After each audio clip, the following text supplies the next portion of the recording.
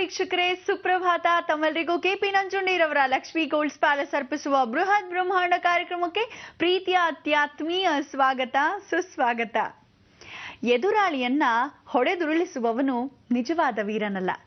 ವೀರ ಯಾರು ಅಂದರೆ ಕೋಪ ಬಂದಾಗಲೂ ಕೂಡ ಸಹನೆಯಿಂದ ವರ್ತಿಸುವವನೇ ನಿಜವಾದ ವೀರ ಅಂತ ಹೇಳ್ತಾ ಗುರುಜಿ ಅವರನ್ನ ಕಾರ್ಯಕ್ರಮಕ್ಕೆ ಸ್ವಾಗತಿಸೋಣ. ಶ್ರೀ ಸಂಪೂರ್ಣ ಸನಾತನ ಧರ್ಮ ಸಂರಕ್ಷಣಾ ಸಮಿತಿಯ ಸಂಸ್ಥಾಪಕರು ಹಾಗೂ ಶ್ರೀ ಸಂಪೂರ್ಣ ವರಮಹಾಲಕ್ಷ್ಮಿ ಮಹಾಸಂಸ್ಥಾನದ ವ್ಯವಸ್ಥಾಪಕ ನಿರ್ದೇಶಕರು, ನಮ್ಮೆಲ್ಲರ ನೆಚ್ಚಿನ ನಲ್ಮೆಯ ಗುರುಗಳು ಶ್ರೀ ನರೇಂದ್ರ ಬಾಬು ಶರ್ಮಾ ಗುರುಜಿಯವರು. ಗುರುಜಿ ನಮಸ್ಕಾರ. ಬೃಹತ್ ಬ್ರಹ್ಮಾಂಡ ಕಾರ್ಯಕ್ರಮಕ್ಕೆ ಎಂದಿನಂತೆ ಪ್ರೀತಿಪೂರ್ವಕ ಸ್ವಾಗತ ಗುರುಜಿ ತಮ್ಗೆ. ನಮಸ್ಕಾರ ಗುರುಜಿ. ಇವತ್ತು ಶುಕ್ರವಾರ, ಜೊತೆಗೆ ಸಾಕಷ್ಟು ಮಾಹಿತಿಯನ್ನು ಕೂಡ ತಂದಿರ್ತೀರಾ ಅಂತ ಗೊತ್ತು. ನಿನ್ನೆ ಹೇಳ್ತಿದ್ರಿ ನಮ್ಗೆ ನಾರಾಯಣ ಬಲಿಯನ್ನ ಎಷ್ಟು ದಿನಗಳ ಒಂದು ಅವಧಿಯ ಒಳಗೆ ಮಾಡಬೇಕು, ಹೇಗೆ ಮಾಡಬೇಕು, ಎಲ್ಲಿ ಮಾಡಬೇಕು, ಜೊತೆಗೆ ಎಷ್ಟು ಹಣ ಕೊಡ್ಬೇಕು, ಈ ಎಲ್ಲಾ ವಿವರಗಳನ್ನ ತಿಳಿಸ್ತೀನಿ ಅಂತ. ಹಾಗಾಗಿ ಏನ್ ಹೇಳ್ತೀರಾ ಅಂತ ನಾವೆಲ್ಲರೂ ಕಾಯ್ತಾ ಇದ್ದೀವಿ. ಎಲ್ಲ ವೀಕ್ಷಕ ಬಾಂಧವರಲ್ಲಿ ಪರಿಪೂರ್ಣವಾದ ಸ್ವಾಗತ ನಿಮ್ಮೆಲ್ಲರ ಬ್ರಹ್ಮಾಂಡ ಲೋಕಕ್ಕೆ. ಬ್ರಹ್ಮಾಂಡದಲ್ಲಿ 14 ಲೋಕಗಳುಂಟು. ಈ 14 ಲೋಕಗಳಲ್ಲಿ ಪಾತಾಳ ಲೋಕದಲ್ಲಿರ್ತಕ್ಕಂಥ ಶುಕ್ರ ಅಂದರೆ ದೈತ್ಯರ, ರಾಕ್ಷಸರ ಅನುಗುಣ ಇರುತ್ತೆ.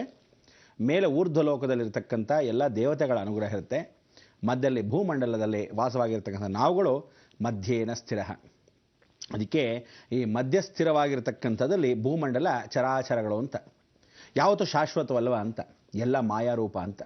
ಈ ಮಾಯಾಲೋಕದಲ್ಲಿ ನಾವೆಲ್ಲ ವಾಸವಾಗಿದ್ದರೂ ಈ ಬ್ರಹ್ಮಾಂಡ ಲೋಕಕ್ಕೆ ಯಾಕೆ ಸ್ವಾಗತ ಮಾಡ್ತೀವಿ ಅಂದರೆ, ಭಗವಂತ ಇಂಥ ಒಂದು ನರಕದಲ್ಲೂ ನಮ್ಮನ್ನೆಲ್ಲ ಸುಖವಾಗಿಟ್ಟಿದ್ದಾನಲ್ಲ ಅಂತ ನೀವೆಲ್ಲ ನೆನೆಸ್ಕೋಬೇಕು. ಯಾವತ್ತಿಗೂ ನೆನೆಸ್ಕೋಬೇಕು. ಭಿಕ್ಷೆ ಹಾಕಿದ್ದಾನೆ, ಇವತ್ತಿನ ದಿವಸ ಬದುಕಿದ್ದೀವಿ ಅಂದರೆ ನಿಜಕ್ಕೂ ಅವನು ಹಾಕಿರೋ ಭಿಕ್ಷೆಯಲ್ಲಿ ನಾವೆಲ್ಲ ಬದುಕಿರೋದು ಅಂತ. ರಾತ್ರಿ ಮಲಗಿರೋನು ಬೆಳಗ್ಗೆ ಹೇಳ್ತಾನೋ ಇಲ್ವೋ ಗ್ಯಾರಂಟಿ ಇಲ್ಲ. ಅಂಥ ಸಮಯದಲ್ಲಿ ಮಲಗಿರ್ತವನು ರಾತ್ರಿ ಗೋವಿಂದ ಗೋವಿಂದ ಅಂತ ಶಂಕ ಜಾಗಟೆ ಹೊಡೆದುಬಿಟ್ರೆ ಕೃಷ್ಣಾರ್ಪಣ ಮಸ್ತು ಚಟ್ಟಕ್ಕೆ ಏರ್ಬಿಡ್ತಾನೆ ಬೆಳಗ್ಗೆ ಎದ್ದು. ಆದರೆ ನಿಜ ಜೀವನದಲ್ಲಿ ಮತ್ತೆ ಬೆಳಗ್ಗೆ ಹೇಳುತ್ತಾನೆ, ಮತ್ತೆ ಕರ್ಮ. ಒಂದೊಂದ್ಸಲಿ ಅನ್ಸತ್ತೆ ಈ ಕರ್ಮಗಳಿಂದ ಹೇಗಪ್ಪ ತಪ್ಪಿಸ್ಕೊಳ್ಳೋದು ಅಂತ. ನಾವು ಮಾಡಿರೋ ಕರ್ಮಗಳೇ ನಮ್ಗೆ ತಪ್ಪಿಸ್ಕೊಳ್ಳೋದು ಕಷ್ಟ.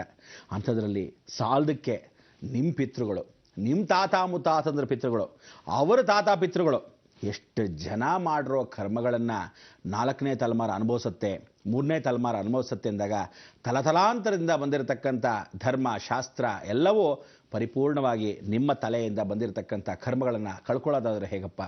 ಭಗವಂತ ಇಂಥ ಒಂದು ಕರ್ಮಗಳನ್ನು ನಾವು ಮಾಡೋದಲ್ಲದೆ ನಮ್ಮ ಪಿತೃಗಳ ಕರ್ಮ ಕೂಡ ನಾವು ಅನುಭವಿಸ್ಬೇಕಾ ಅನ್ನೋ ಈ ಒಂದು ಲೋಕದಲ್ಲಿ ಪ್ರತಿಯೊಬ್ಬರಿಗೂ ಸ್ವಾಗತ, ಸುಸ್ವಾಗತ. ಅದಕ್ಕೆ ಕರ್ಮಭೂಮಿ, ಪುಣ್ಯಭೂಮಿ ಅಂತ 2 ಬಿಟ್ಟಿದ್ದಾನೆ ಭಗವಂತ. ಆ ಪುಣ್ಯಭೂಮಿಯಲ್ಲಿ ಉತ್ತರ ಭಾರತ ಅಂತ ಕರೆದಿದ್ದಾನೆ, ದಕ್ಷಿಣದಲ್ಲಿ ಕರ್ಮಭೂಮಿ ಅಂತಿದ್ದಾನೆ. ಉತ್ತರ ಭಾರತದಲ್ಲಿ ಅಕಸ್ಮಾತ್ ಕೊಲೆ ದರೋಡೆ ಮಾಡಿದ್ರೂ ಸಹ ಸಾಕಷ್ಟು ಜನ, ಎಷ್ಟೋ ಜನ ಇವತ್ತು ಜೀವರಾಶಿಯಲ್ಲಿ ಗಂಗೆಯಲ್ಲಿ ಒಂದ್ಸಲಿ ಮುಳುಗೆದ್ದು ಮಿದ್ದು ಸ್ನಾನ ಮಾಡಿಬಿಡ್ತಾರಂತೆ. ಮಿಂದು ಸ್ನಾನ ಮಾಡಿದ ತಕ್ಷಣವೇ ಗಂಗೆ ಪವಿತ್ರಳೋ ಅಂಥೇಳಿ ಇವರ ಪಾಪಕರ್ಮಗಳು ತೊಳೆದು ಬಿಡ್ತಾರಂತೆ. ಆದರೆ ದಕ್ಷಿಣದಲ್ಲಿ ಕೂತಿರ್ತಕ್ಕಂಥವ್ರು ಕರ್ಮ ಅನುಭವಿಸಲೇಬೇಕು ಅಂತ ನಮ್ಮ ಹಣೆಬರ. ಏನು ಮಾಡೋದೋ ಭಗವಂತ ಅಂತೀವಿ ಅಂತೆ. ಆದರೆ ಜಗತ್ತಿಗೆ ಗೊತ್ತಿಲ್ಲ, ಪುಣ್ಯ ಕಾಲ, ಪುಣ್ಯ ಲೋಕ ಜಲಮದಲ್ಲಿ ಇರಲ್ಲ. ಶಾಶ್ವತವಾಗಿ ಇನ್ನೇನು ಕಲಿಯುಗ ಅಂತ್ಯವಾದರೂ ಸಹ ಉಳಿಯೋದು ಕೇವಲ ಕರ್ಮಭೂಮಿ ಒಂದೇ ಅಂತ. ಇಡೀ ಜಗತ್ತಲ್ಲಿ ಯೋನಿಯ ಕಾರದಲ್ಲಿ ತ್ರಿಕೋಣ ಸಂಧಿಯಲ್ಲಿ ಇನ್ವರ್ಟೆಡ್ ಟ್ರಯಾಂಗಲ್ ಅಂತ ಕರಿತೀವಿ. ಒಂದು ಬರ್ಮುಡಾ ಟ್ರಯಾಂಗಲು, ಇನ್ನೊಂದು ಇನ್ವರ್ಟೆಡ್ ಟ್ರಯಾಂಗಲ್. ಆ ಇನ್ವರ್ಟೆಡ್ ಟ್ರಯಾಂಗಲೇ ದಕ್ಷಿಣ ಭಾರತ, ಬರ್ಮುಡಾ ಟ್ರಯಾಂಗಲು ಊರ್ಧ್ವ ಲೋಕದಲ್ಲಿರ್ತಕ್ಕಂಥ ಆ ಮಹಾಲಕ್ಷ್ಮಿಯ ಯೋಗಲಕ್ಷ್ಮಿಯಾಗಿರ್ತಕ್ಕಂಥ ಯೋಗ ತ್ರಿಕೋಣ. ನಾವು ಭೋಗ ತ್ರಿಕೋಣದಲ್ಲಿದ್ದೀವಿ. ಆ ಭೋಗವನ್ನು ಅನುಭವಿಸೋಕ್ಕೆ ಕರ್ಮವನ್ನು ಕಳ್ಕೊಳ್ಳೇಬೇಕು. ಪ್ರತಿಯೊಬ್ಬ ಮನುಷ್ಯ ಪ್ರತಿದಿನ ಅವನವನ ಕರ್ಮ ಅವನವನೇ ಕಳ್ಕೊಂಡ್ಬಿಟ್ರೆ ಆ ವಂಶದಲ್ಲಿ ಯಾವ ಕರ್ಮಗಳು ಮುಂದೆ ಬರಬಾರದು ಅಂತ.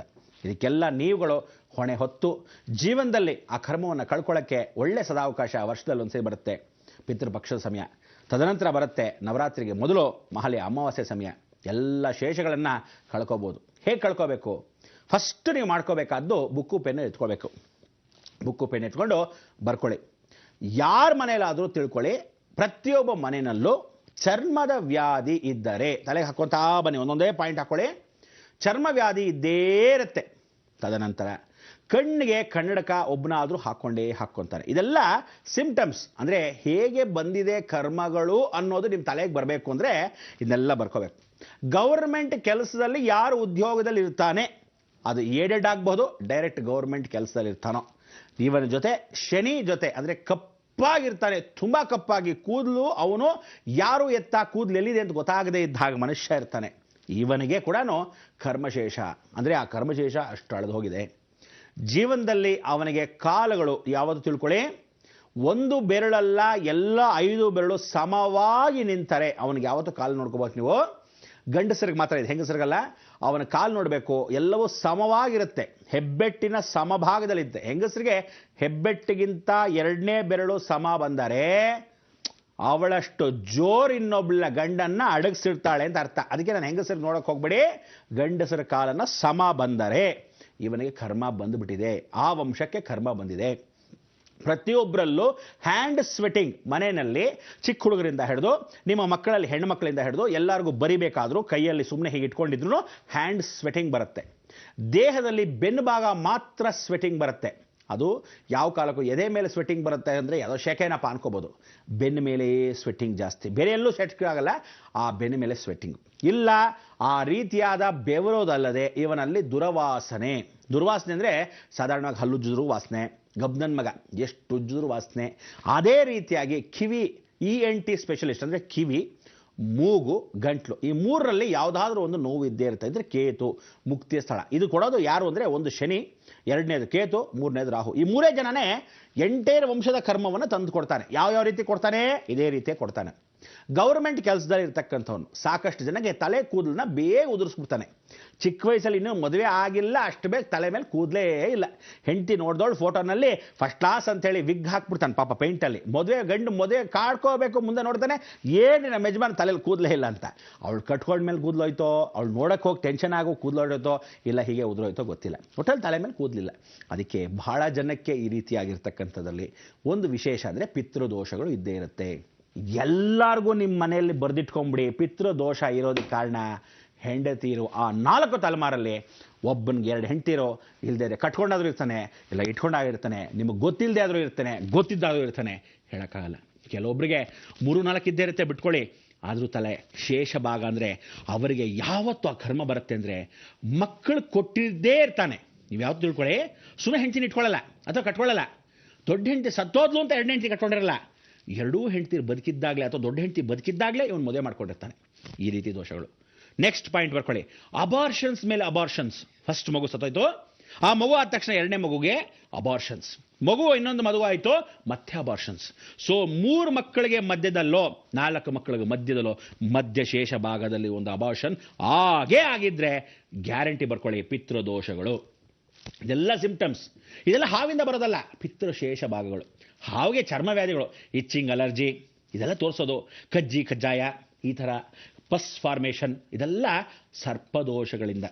ಆ ರೀತಿಯಾಗಿ ಕಣ್ಣು ಪರೆ ಬಂದಾಗ ಇದೆಲ್ಲ ಹಾವಿನ ದೋಷಗಳು. ಚರ್ಮದ ಬಿಟ್ಟಾಗ ಪರಿವರ್ತನೆ. ಆದರೆ ಈಗ ಸರ್ಪದಕ್ಕಿಂತ ಪಿತೃದೋಷಗಳು ಯಾವ್ಯಾವ ರೀತಿ, ಇದೆಲ್ಲ ಬರೋದಲ್ಲದೆ ಮಕ್ಕಳಿಗೆ ಬರ್ದೊಳಗೆ ಗಂಡು ಮಕ್ಕಳಾದ ತಕ್ಷಣ ಗಂಡು ಮಕ್ಕಳು, ಗಂಡು ಮಕ್ಕಳಾದ ತಕ್ಷಣ ಗಂಡು ಮಕ್ಕಳು, ಗಂಡು ಮಕ್ಕಳಾದ ತಕ್ಷಣ ಗಂಡು ಮಕ್ಕಳು. ಬರೀ ಗಂಡು ಮಕ್ಕಳ ಸಾಲು ಹುಟ್ಟಿದ್ರೆ ಶನಿ ಭಾಳ ಸ್ಟ್ರಾಂಗ್ ಆಗಿದ್ದಾನೆ. ಬರೆದಿಟ್ಕೊಂಬಿಡಿ, ಒಂದು ಹೆಣ್ಣು ಹುಟ್ಟದೇ ಇದ್ದರೆ ಆ ಮನೇಲಿ ಗ್ಯಾರಂಟಿ ಶನಿ ಇದ್ದೇ ಇರ್ತಾನೆ. ಹೆಣ್ಣು ಮಕ್ಕಳ ಮೇಲೆ ಹೆಣ್ಣುಮಕ್ಕಳು, ಹೆಣ್ಣು ಮಕ್ಕಳ ಮೇಲೆ ಹೆಣ್ಣುಮಕ್ಕಳು, ಹೆಣ್ಣು ಮಕ್ಕಳ ಮೇಲೆ ಹೆಣ್ಣುಮಕ್ಕಳು, ಗಂಡೇ ಇಲ್ಲ. ಬರ್ರಿ ಅದಿದ್ರೆ ಶುಕ್ರ ದೋಷದಿಂದ, ಅದೇ ತಾಯಿ ಮನೆ ಕಡೆಯಿಂದ ಪಿತೃದೋಷ ಇದ್ದೇ ಇದೆ. ಒಂದು ಗಂಡು ಒಂದು ಹೆಣ್ಣು 2 ಮಿಕ್ಸ್ ಆಗಬೇಕು.